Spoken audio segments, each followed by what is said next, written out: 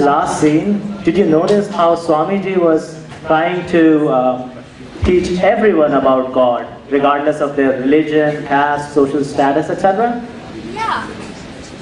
Yeah, I noticed that, but I'm not really sure what's so special about it. It's a good question.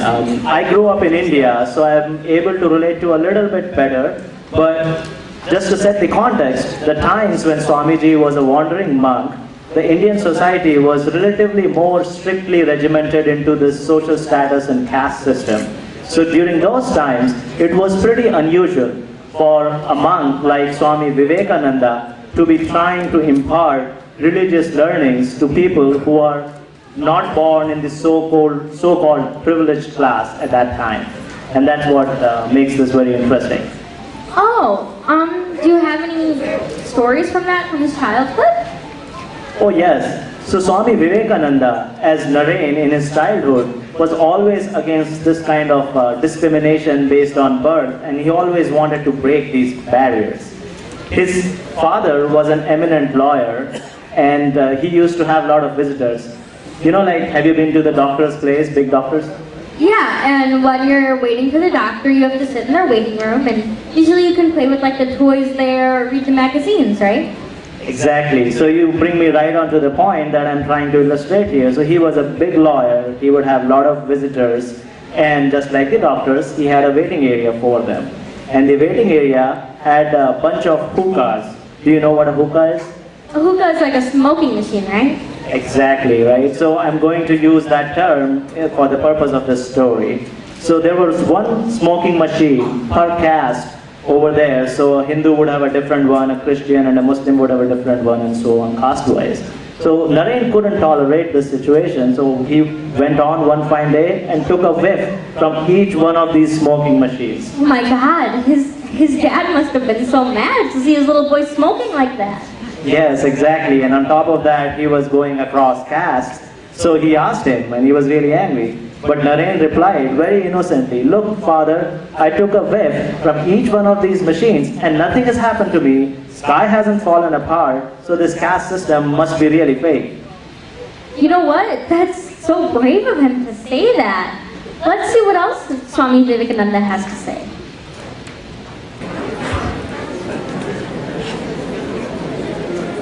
After traveling for 3 years and meeting so many new people, Swamiji reached the southern tip of India, Kanyakumari.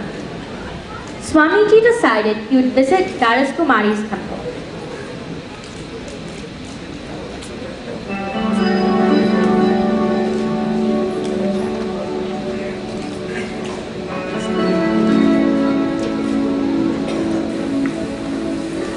India is such a vast and beautiful land filled of so many kinds of people. But there are more poor people than any kind of people. I have come to realize that while I am wandering about trying to teach about God, people are starving. My Guru, Sri Ramakrishna, said that an empty stomach is no good for religion. I need to figure out how to help all the people of India. I cannot make a difference until all the people of India can think about something other than survival. We have to raise the masses. But how do I do that? After deep meditation and days of thinking of the problem, Swamiji decided he would travel to America, the land of opportunity, and ask for funds for the poor. He would speak at the first Parliament of World Religions as representative of Hinduism.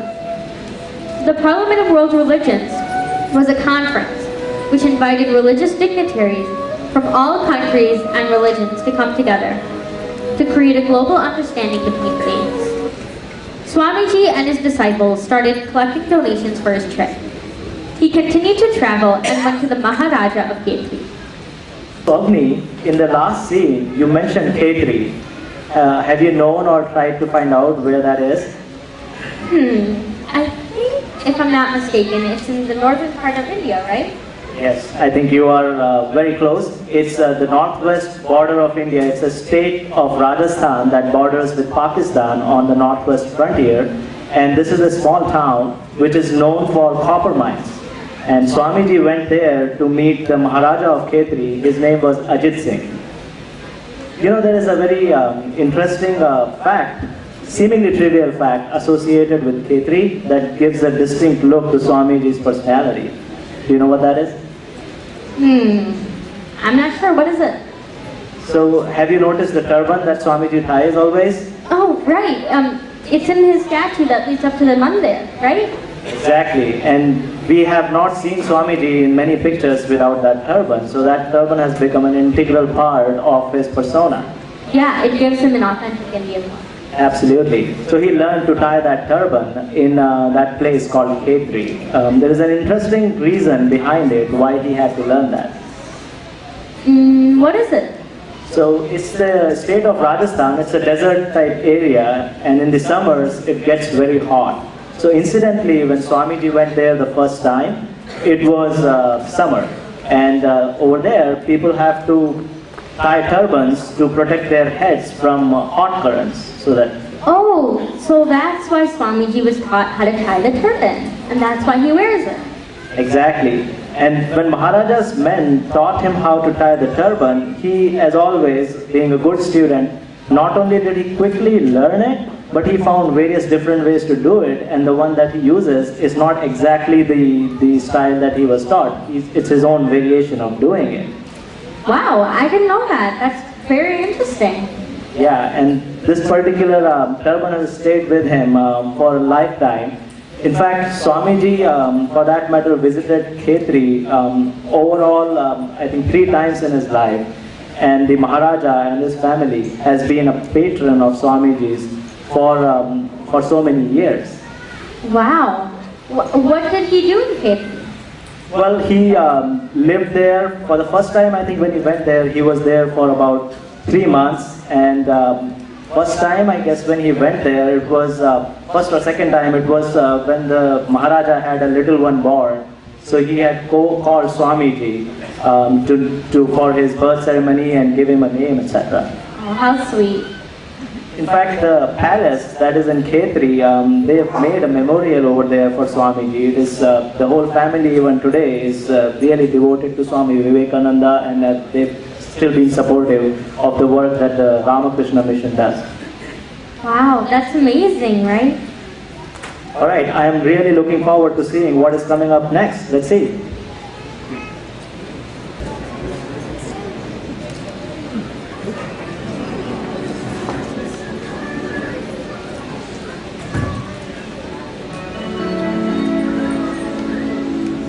Namaste Swamiji and welcome. I am most honored by your visit. Please come and sit here. Thank you, Maharaja. I am happy to be visiting you. To what do we owe the honor of this visit? Maharaja, as you know, I have decided to go to America to collect money to help the poor here in India. I am going to be speaking at the Parliament of World's Religions. Can you help me with this trip? Of course, Swamiji. I would be happy to pay for your journey across the ocean. You are most kind, Maharaja. That would be wonderful. May you and your family always be blessed. The Divine Mother will always protect your family, especially your new baby. Oh, Swami, your words fill me with such joy. I would like to call you Swami Vivekananda. Vivek, which means the ability to distinguish between truth and falsehood, and Ananda, which means joy and happiness.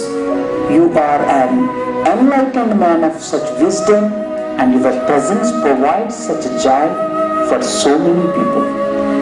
Thank you, Maharaja. I will use the name that you have given me.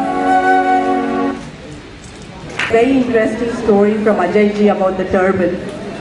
When I think about the turban and I think about his regal bearing and his upbringing, then I think about having to ask for contributions for his travel to the United States. It's a very hard thing to do. As a mother, when I have to do fundraising for the school or fundraising for any other event, it's very hard to ask for money. But what I think about at this moment is what we teach the kids at the Shakha. we have the Diwali food drive every year, and a couple of years ago, my two sons, who are very little, were at the grocery stores, the participating grocery stores, with our flyer and approaching strangers and telling them about the food drive, explaining to them what Diwali means, why we're doing the food drive, and why we need to help society. It was very hard for them to overcome their shyness and reach out and do something like this. But it was a beautiful learning experience. Aditya, have you done that in your shaka as well? Actually, yeah. I've actually been doing Diwali food drive for a few years now, and it's actually a very fun experience because we're helping the people who need and don't have, and we're just giving them what they need. And it's a fun experience because when we try to explain it to others, some people accept it and they'll try to help us. Some people won't accept it and they'll just disrespect us and leave us. But the best stories are when they ask us more questions about Diwali. And we have to think back to the classes in Balagokulam and think about what was Diwali, why we celebrate it, and just try to help them answer it. And our parents are always just staying there in the background, ready to help us when we need it. It's just a fun experience overall, because we're with our friends, giving to needy, and it's just a fun thing overall. Yeah, I think when you think about it, the scale with which Swamiji did and the goals that he had for the country and for the nation was really large. And what we did here, the parallel we are trying to draw, the Diwali food drive was much smaller and localized. But nevertheless, I think it's a lesson that was very well deserved and served for the kids. We should move on with the play and see what happens next. Definitely, let's